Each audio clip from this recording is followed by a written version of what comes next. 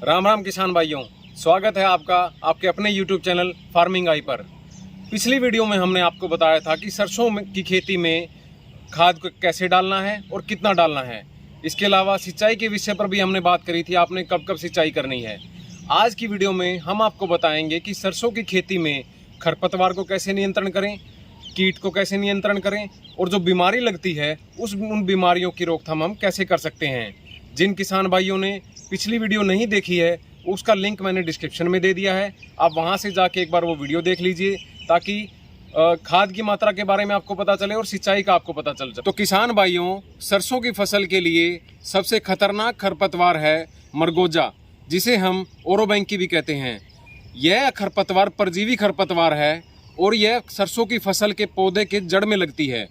जड़ में लगकर ये अपना भोजन सरसों के पौधे से लेती है और सरसों की पैदावार को बहुत कम कर देती है। अगर आपको अपने खेत में सरसों की फसल में ये खरपतवार दिखाई दे तो उसके नियंत्रण के लिए या ग्लाइसेल, जिसमें ग्लाइफोसेट 41% एसएल होता है, उसकी 25 मिलीलीटर मात्रा प्रति एकड़ बिजाई के 25 से 30 दिन बाद व 50 मिलीलीटर मात्रा प्रति एकड़ बिजाई के 50 दिन बाद आपने 150 लीटर पानी में मिलाकर उसका छिड़काव करना है। छिड़काव हमेशा आपने फ्लैट फैन नोजल व नैपसेक स्प्रेयर से ही करना है, इस बात का खास ध्यान रखें। हमने आपको जो दवाई बताई है, आपने इसका इस्तेमाल जिस तरह से हमने आपको बताई है उसी मात्रा और उसी समय पर करना है। अगर आपने इस दवाई का इस्तेमाल सही समय और सही मात्रा के अनुरूप नहीं किया तो आपकी सरसों की फसल को ये काफ़ी नुकसान पहुंचा सकती है।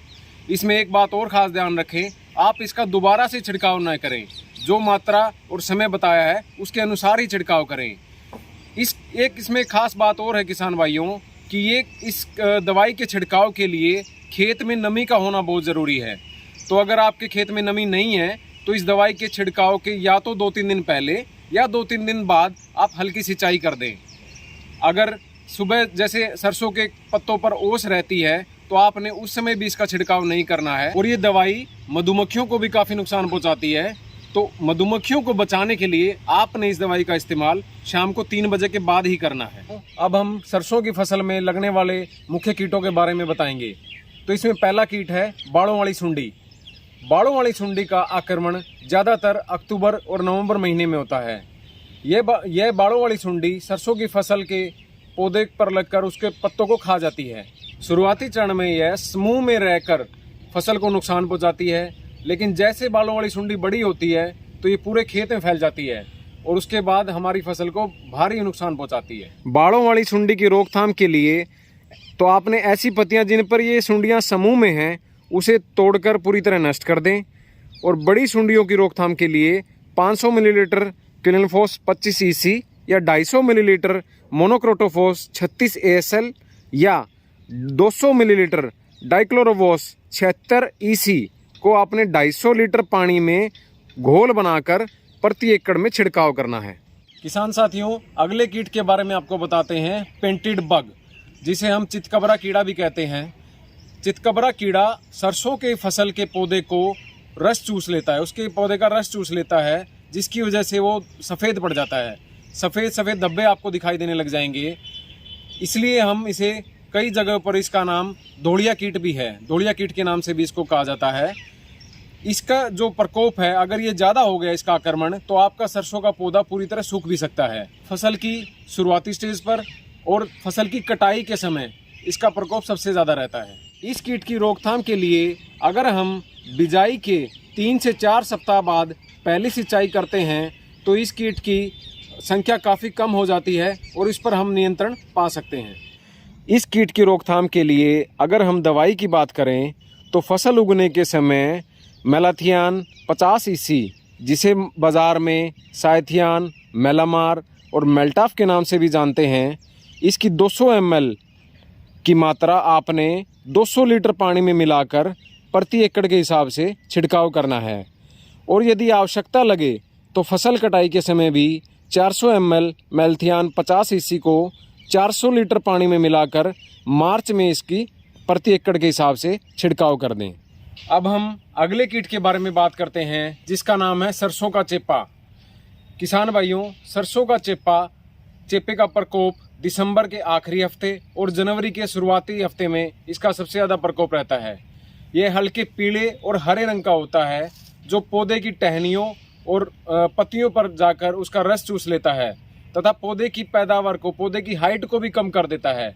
इससे पौधे की फलियों की संख्या और फलियों में दानों की संख्या भी काफ़ी कम हो जाती है। चेप्पे को विभिन्न स्थानों पर अड़ या माहू के नाम से भी जाना जाता है। इसकी रोकथाम के लिए जिन टहनियों पर सरसों का चेपा अधिक मात्रा में लगा हुआ है, आप उसे तोड़कर नष्ट कर दें। अगर 10% फूल वाले पौधों पर 13 या इससे ज़्यादा कीट लगे हुए हैं तो आपने 250 से 400 ml मिथाइल डेमेटान 25 cc, जिसे बाजार में मेटासिस्टॉक्स के नाम से मिलती है, या डाइमेथोएट 30 cc, जो बाजार में रोगोर के नाम से मिलती है, इसको आपने 250 से 400 लीटर पानी में मिलाकर प्रति एकड़ के हिसाब से छिड़काव कर दें।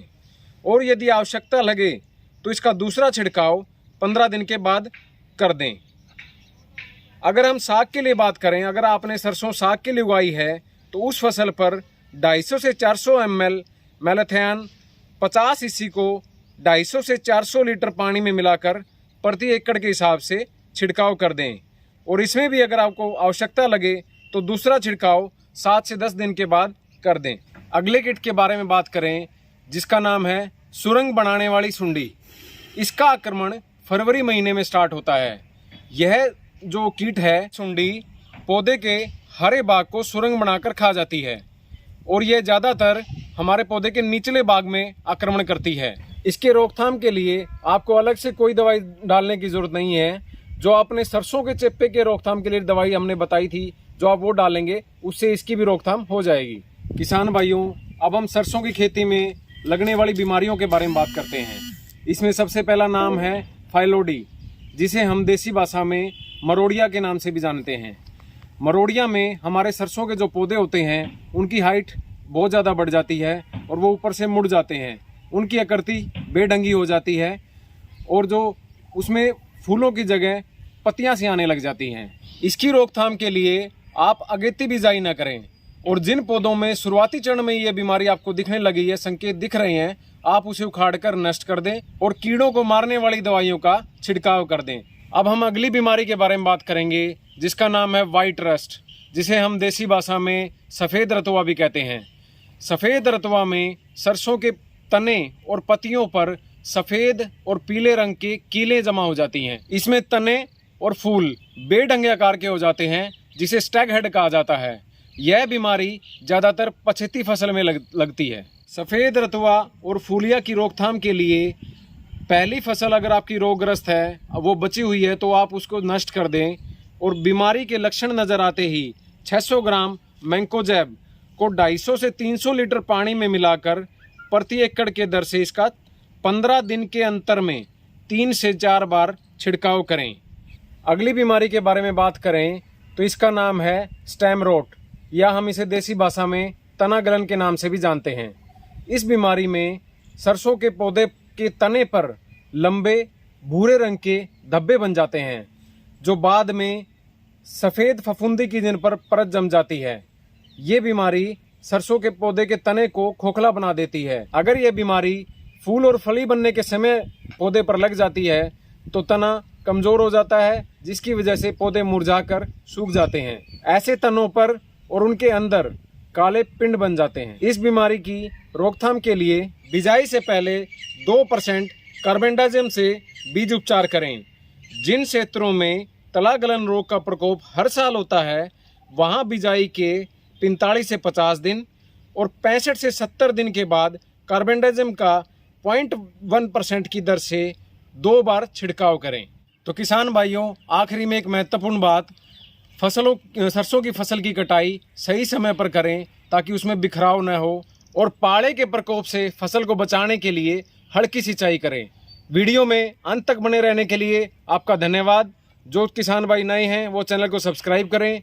अगर इन्फॉर्मेशन अच्छी लगी है तो अपने और किसान भाइयों के साथ इसको शेयर करें, और अगर आपके सुझाव के लिए कमेंट बॉक्स में हम सदा आपका स्वागत है। आप अगर चाहते हैं कि किसी विषय पर वीडियो बनाएं तो आप कमेंट बॉक्स में हमें मैसेज करें। धन्यवाद। राम राम किसान भाइयों।